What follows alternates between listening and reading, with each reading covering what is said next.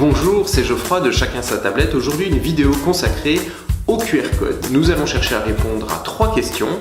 La première, qu'est-ce qu'un QR code? La deuxième, en quoi cela peut être utile en classe? Et enfin, comment obtenir des QR codes personnalisés? Alors, un QR code, qu'est-ce que c'est? Eh bien, il s'agit de ces fameux petits carrés noirs que l'on retrouve maintenant très régulièrement dans notre vie quotidienne. Et ils ont fait leur apparition dans les classes depuis un certain temps déjà.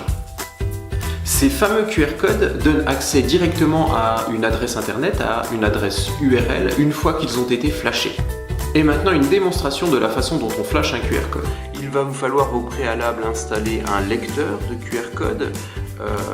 Donc je n'ai pas d'avis particulier à vous donner quant au choix à faire. En l'occurrence, le mien sur la tablette, celui qui est installé par défaut, s'appelle Enigma. Donc un cadre rouge apparaît au centre. Je vais centrer mon code sur ce cadre. Grâce au scan que je viens d'effectuer, je vais tomber directement sur l'adresse internet, l'adresse URL associée au QR code. La deuxième question porte sur l'utilité de ces QR codes en classe et la façon dont on peut les utiliser. Comme il n'est pas toujours simple pour les élèves, notamment les plus jeunes, de se repérer sur un espace numérique de travail comme l'est par exemple iTunes U, eh bien les QR codes offrent une alternative. Vous l'aurez remarqué, la procédure est extrêmement simple, elle peut être mise en œuvre par des élèves de la maternelle jusqu'en CM2, cela permet ainsi de mettre très rapidement en activité un petit groupe d'élèves. Vous l'aurez compris, on peut placer derrière chaque QR code une activité créée à partir d'un exerciceur ou d'une application.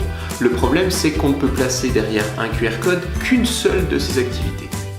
Si vous souhaitez proposer à vos élèves plusieurs activités, il faudra donc autant de QR codes que d'activités. Il est également possible d'associer un QR code à un élève, à l'image de cette petite carte. Lorsque l'élève ira scanner sa carte, il tombera directement sur toutes les activités que vous lui avez proposées sur son compte. Il ne s'agit ici que d'un exemple, il y a évidemment beaucoup d'alternatives possibles.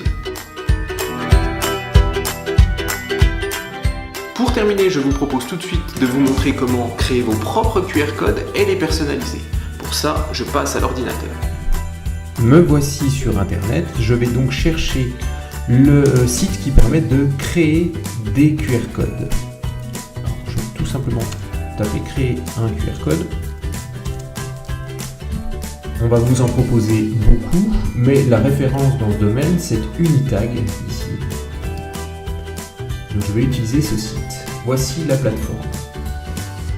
Alors, ce qui va nous intéresser, c'est la partie « Entrez votre URL », c'est-à-dire entrer l'adresse de l'activité que vous souhaitez transformer en un QR code. Je suis allé sur le service en ligne Learning Apps, sélectionner une application, et je vais copier l'adresse de cette application, de cette petite activité en ligne, pour pouvoir la transformer en QR code. Je copie cette adresse. Je vais la coller ici dans Entrez votre URL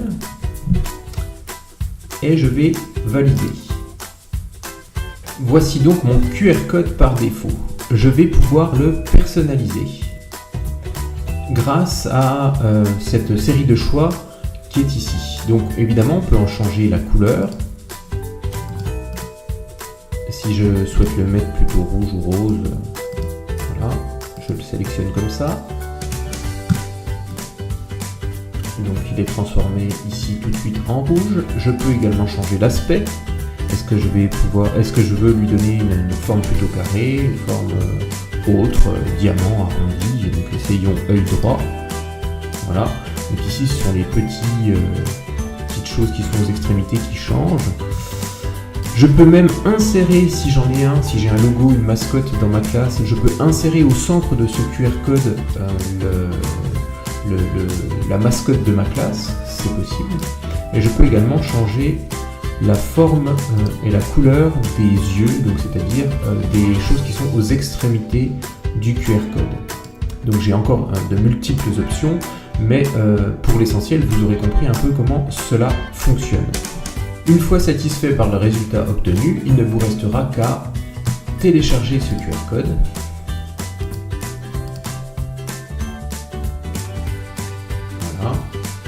Vous le trouverez ensuite dans vos objets téléchargés.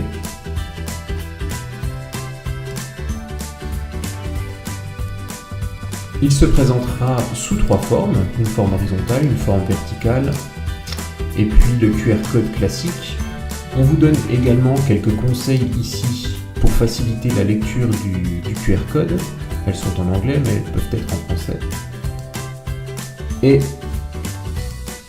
il ne vous reste donc plus maintenant qu'à imprimer ces QR codes et les installer en classe. Et voilà, cette vidéo touche à sa fin. J'espère que vous y voyez un peu plus clair avec les QR codes et moi je vous dis à bientôt sur Chacun sa tablette.